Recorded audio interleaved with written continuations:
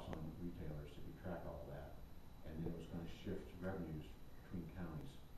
And some counties obviously would have picked up some revenues, but it would have been kind of infinitesimal, spread out, because there's a few counties will get hit hard. Most counties get hit hard. And I'm not shy. Anyways, those are the kind of things, that turn out to be kind of rewarding, when you can actually do something that helps somebody improve their life or the problem they're having, or helps business keeps jobs. And that's one of the jobs as a representative, is be, if you're a state senator, be a liaison between the state agencies and constituents, and of course federal agencies. And there's been some times where I've had to turn things over. Most of the times I did Congressman Rayville, because he was my congressman most of my state rep district up there, and had some issues to turn over there. And then once in a while he would send stuff to me, the state issue. But one thing I found out about that, I don't know if it's because all the security there, was don't send slow mail to your congressman, because sometimes I could see it took 6 months before Congressman Rayville even saw it, and it sent to me. It'd be like 9 months, before I got it, and it was so that's just like something I just thought of. But no, it's that's part of the job, and it's really disappointing that our congressman is not. I'm here now in the district and talking to people that hasn't responded to him in the last couple of years. They can't call him, and I know we had a forum here a week or so ago, and he stood up there and said that he's the eyes and ears of the district. He's representing the district. I get big fancy expensive. What's that? I get expensive mailers from him. Yeah, that's fine. Probably about once a month. Courtesy of taxpayers. Nice campaign pieces. Talking about, yeah. Yeah. And he's trying to sound very Republican, actually. No, I think it's important I wish I had brought that, and that's sitting right on my table.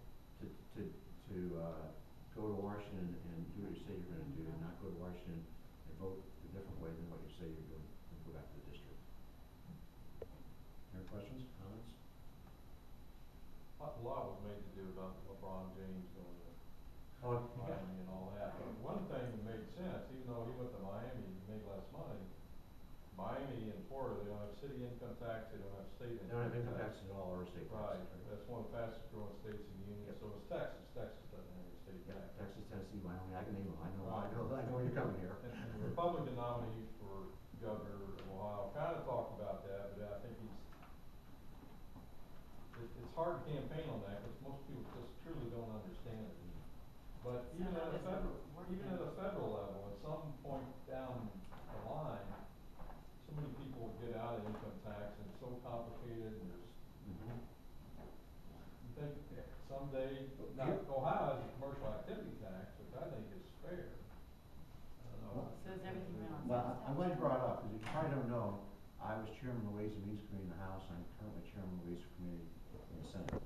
And how I became chairman of the Ways and Means Committee was a fluke. It was a streamlined sales tax.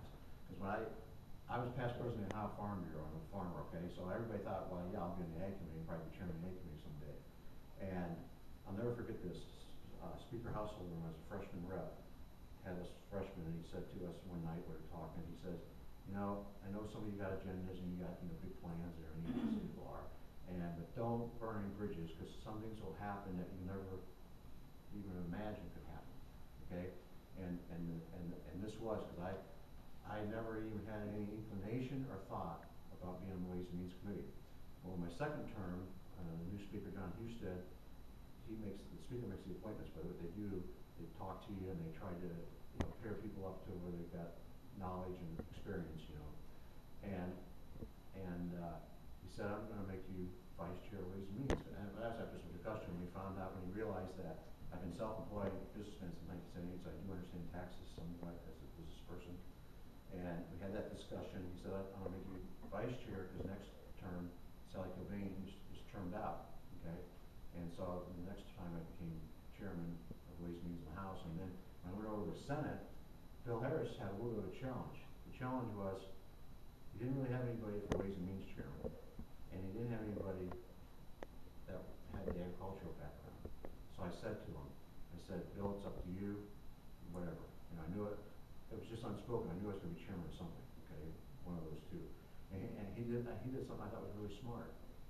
He made me chairman of the Ways and Means Committee, but he made Senator Shearing, who's from Canton, chairman of the Ag Committee, but he made me vice chair of the Ag Committee. So it worked out pretty neat. But to your question, I helped draft the 05 tax reform / cuts. We put in the 21% income tax cut. We put in, we repealed over 5 years, or 4 years and 5 years, the tangible personal property tax, which was a job killer, and the corporate franchise tax. And unfortunately, we had to put a tax in to help offset the elimination of the tangible personal property tax, which is the TTB tax all goes to local schools and local governments. None of that money goes to the state. So if we eliminated that, if we didn't replace some of it, we were cutting the locals. So they came up with a